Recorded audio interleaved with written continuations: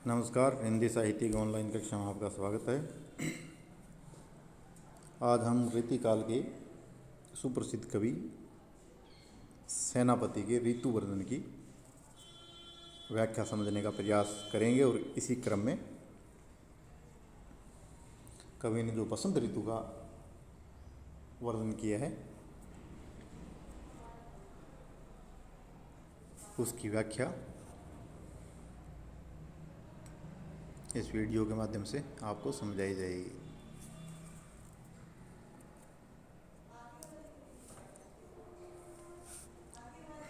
तो ऋतुराज बसंत के बारे में कवि सेनापति ने लिखा है।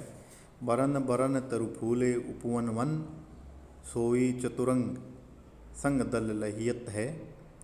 बंदल जीमे बोलत बिरद बीर कोकिल है, गुंजत मधुप गान गुन गहियत है। आवे पास पास पुहपन की सुबास, सोई सौंदे के सुगंध मांझ सने रहियत है। शोभा को समाज सेनापति सुख साज, आज आवत वसंत ऋतुराज कहियत है।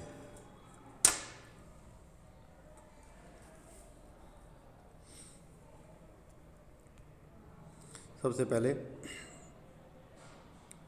कवि ने इस कवित्व के माध्यम से ये बताया है कि जब बसंत का आगमन होता है तो एक राजा की सवारी के समान होता है, अर्थात बसंत के आगमन की तुलना उन्होंने एक राजा या महाराजा के सवारी से की है। जिस प्रकार राजा का आगमन होता है ठीक उसी प्रकार बसंत का आगमन हो रहा है। संदर्भ में यह पद्यांश रीतिकालीन कवि सेनापति के प्रसिद्ध ग्रंथ कवित रत्नाकर की तृतीय तरंग, तीसरे तरंग में जो षड ऋतु वर्णन है 6 ऋतुओं का, उससे लिया गया है।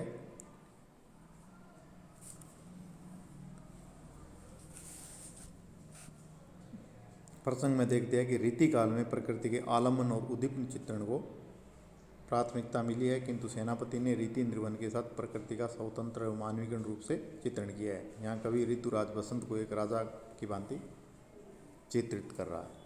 मतलब ऋतुराज की और दूसरे कवि जैसे अपन देखते हैं पद्माकर, जहाँ प्रकृति का उन्होंने आलम्बन और उद्दीपन के रूप में प्रयोग किया है, वहीं सेनापति ने स्वतंत्र रूप से अपने ग्रंथों में ऋतु वर्णन या प्रकृति का चित्रण किया है।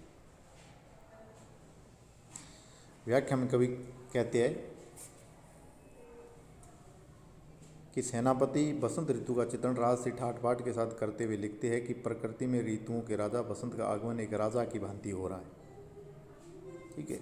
बरन बरन तरु फूले उपवन वन, सोई चतुरंग संग दल लहियत है। विभिन्न रंग के वृक्ष चतुरंग दल राजा की 4 सेनाएं, हाथी, घोड़ा, पैदल और रथ सेना। तो उसकी तुलना करते हुए कविराज कह रही है बसंत के आगमन से प्रकृति में भांति भांति के वृक्ष हरे भरे उठे हैं, डंठल की बनी डालियों पर हरितमा छा गई है तथा भांति भांति के फूल उपवनों और वनों में खिल रहे हैं।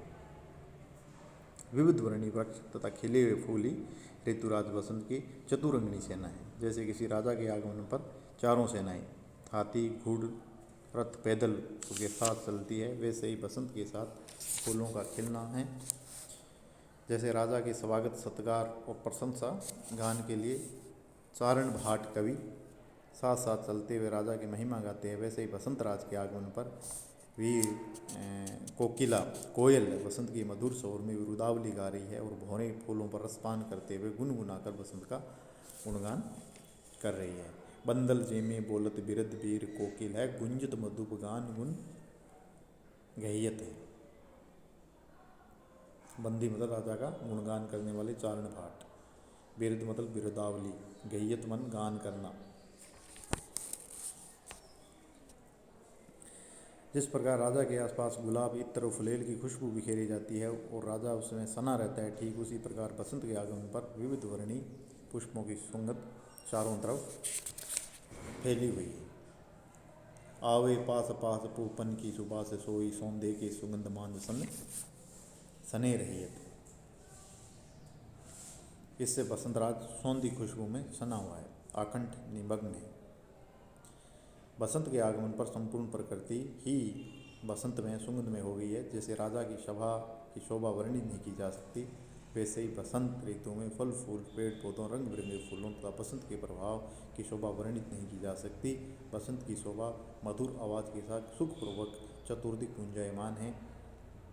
इस प्रकार प्रकृति के बीच ऋतुराज बसंत का राजसी ठाट बाट के साथ आगमन हो रहा है। शोभा को समाज सेनापति सुख साज आज आवत बस ऋतुराज कहियत।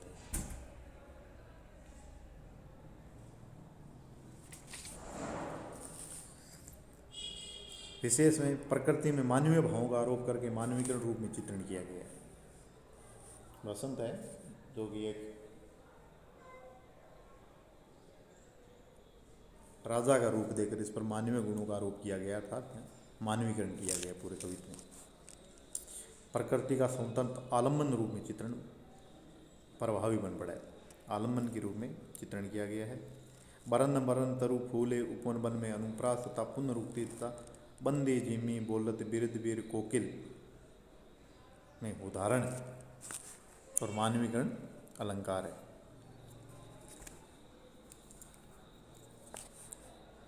अनुप्रास अलंकार है, एक ही वर्ण की आवृत्ति है, बरन बरन उपवन और वन। बंदी जिम्मी बोलत बिरत बीर कोकिल है, इसमें उदाहरण अलंकार है और साथ में मानवीकरण अलंकार भी है।